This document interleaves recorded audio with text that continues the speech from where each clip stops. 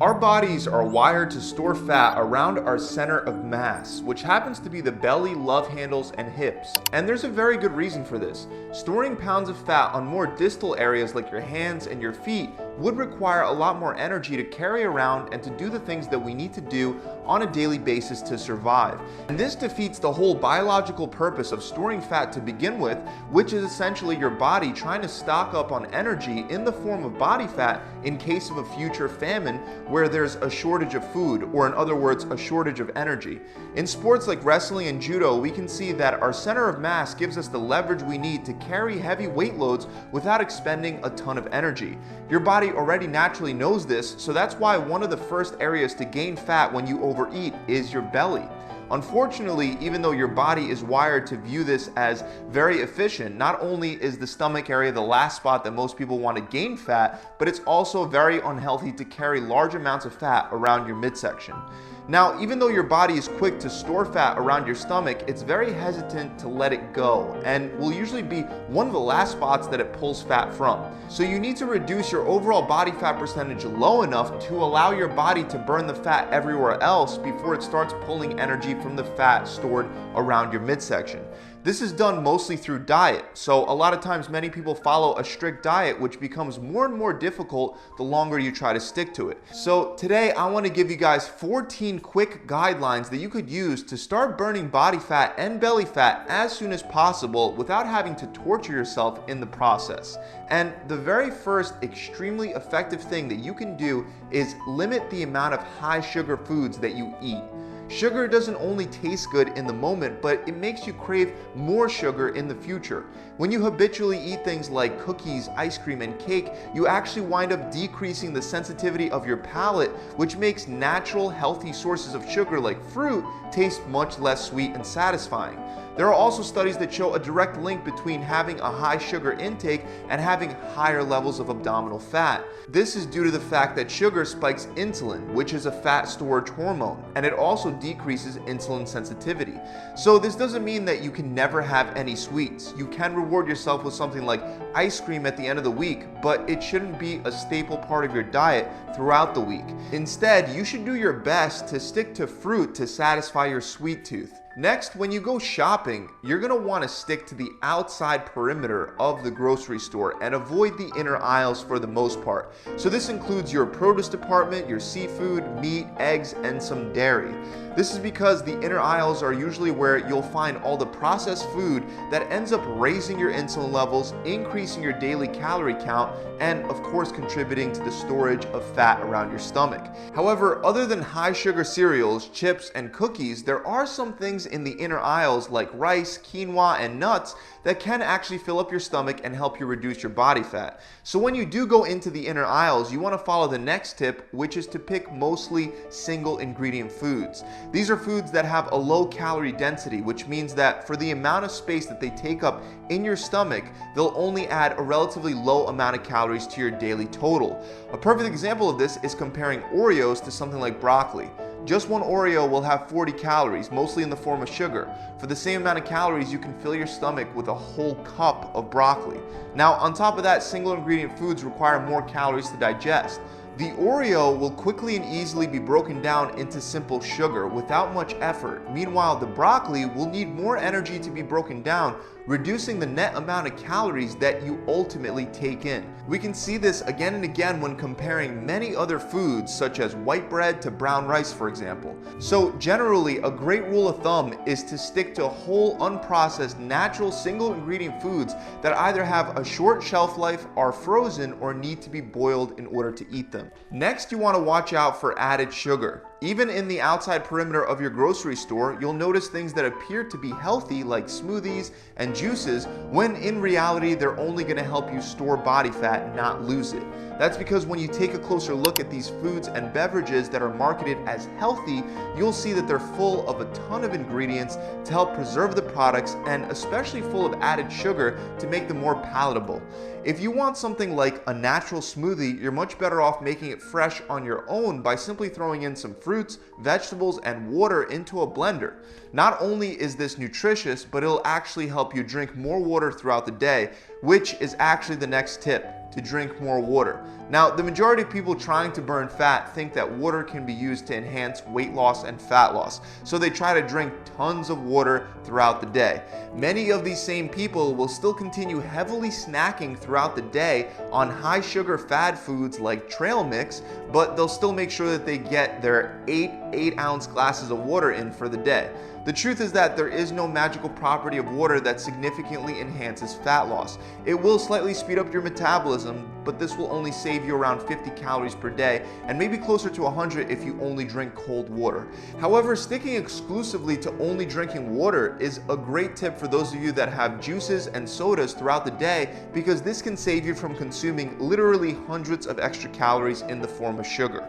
Water is also one of the healthiest beverages you can drink because it helps carry nutrients from the food that you eat throughout your body. Another thing that you should do right away is up your protein intake if it's currently low. Studies have shown that protein helps fill you up and reduces hunger. Another benefit that we get for fat loss is that protein requires significantly more energy to digest than carbs and fats, so it will increase your metabolism if you have a higher protein diet, sometimes helping you burn even hundreds of extra calories per day. On top of that, it's also great for building muscle. However, eating too much protein won't necessarily give you any extra benefits. According to the research, maximum muscle building effects are achieved at around 0.7 to 0.8 grams of protein per pound of body weight. So even though having more than that won't necessarily hurt your fat loss efforts, it could make your nutrition plan more difficult to stick to because it will reduce the number of carbs and fats that you can eat per day. So I recommend sticking to around 0.8 grams of protein per pound of body weight per day and having the rest of your calories in the form of carbs or fats. And if you don't know how many calories you should be having per day, you can use the macro calculator link in the description below. Now, like I mentioned earlier, before you're able to burn belly fat, it's going to take some time for your body to first burn off fat from other places. So you need to be consistent for some time before you start seeing the stubborn belly fat decreasing. To stay consistent, it's very important that you follow the next simple rule of making healthy food taste great. Any diet that requires you to eat foods you hate or to cook them in a bland, tasteless way is destined for failure.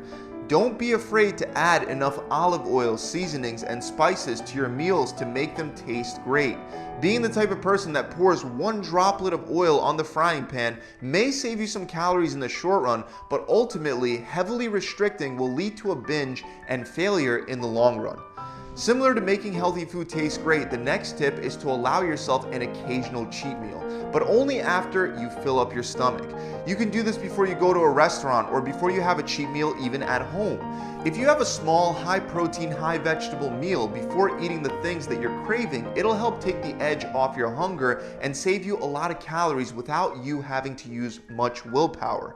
Even if you don't have time to make a whole meal, simply throwing some fruits and vegetables into a blender and having that before you have your cheat meal will go a long way. Next is to not overdo it with alcohol. Since fat is metabolized in the liver, you're going to want your liver to be available for the breakdown of fat rather than it being busy digesting alcohol.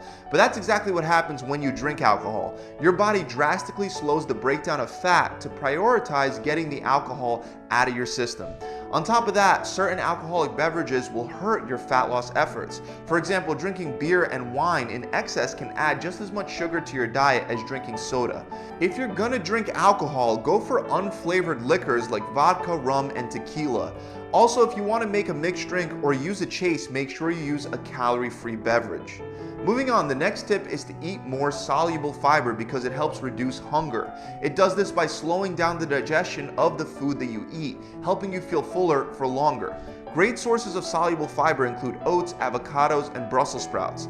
For those of you that are afraid of adding even healthy carbs like oats, remember that feeling full and satisfied on a day-to-day basis is a lot more likely to lead to a successful outcome in the long run because you'll be reducing your caloric intake naturally due to increasing your satiety rather than forcing restrictions. Now, even though the majority of your belly fat will be burnt via diet, the right type of exercise can really help speed things up, and it can help you maintain your results when you're done. Weight training in particular will allow you to burn more calories, build more muscle, which will increase your metabolism, and it'll increase your insulin sensitivity, which will once again be great for fat loss. Also, weight training will deplete your body's glycogen stores, which means you'll have more room to eat carbohydrates since your body will need those carbs to replenish the glycogen in your muscles and liver rather than your fat cells. Another really important thing to do is to make sure that you get enough sleep. Sleep is crucial for your muscles to recover, and it's when you rest and sleep that your muscles grow. Getting enough sleep helps balance your hormones, whereas not getting enough will increase cortisol and decrease testosterone, which will promote fat gain and muscle loss. Do your best to get at least 6 to 7 hours of sleep per night to ensure that your body is primed for fat loss and muscle growth. Once you have your diet and weight training in check, you can add some high-intensity interval training to boost fat loss a little further. This should only be done when you hit plateaus and your diet and weightlifting is not enough on its own. If you don't want to adjust your diet and you want to keep eating the same amount that you've been eating, you can burn some extra calories by throwing in one 15-minute high-intensity interval training session per week at a time. This session should include full body exercises that get your heart rate up, like burpees, squat jumps, and rope slams. The goal is to work as hard as you can for a short duration like 45 to 60 seconds and follow that up with a short break round where you take 30 to 60 seconds off. Then repeat again and again for 15 minutes. These full body aerobic workouts are a great way to burn a lot of calories in a short amount of time without promoting muscle loss. Finally, the last tip for today is to set up your diet in a way that helps you eat less without you feeling hungry or deprived. For some of you, this may mean that you fast for the majority of the day and have a couple large meals. Intermittent fasting can be very effective for fat loss without having to eat all day long and without having to limit the size of your meals all that much. The downside, however, is that you do have to go for at least 16 hours per day without food. So while this may work for some, it won't work for others. Others may do a lot better by controlling their hunger with small meals throughout the day.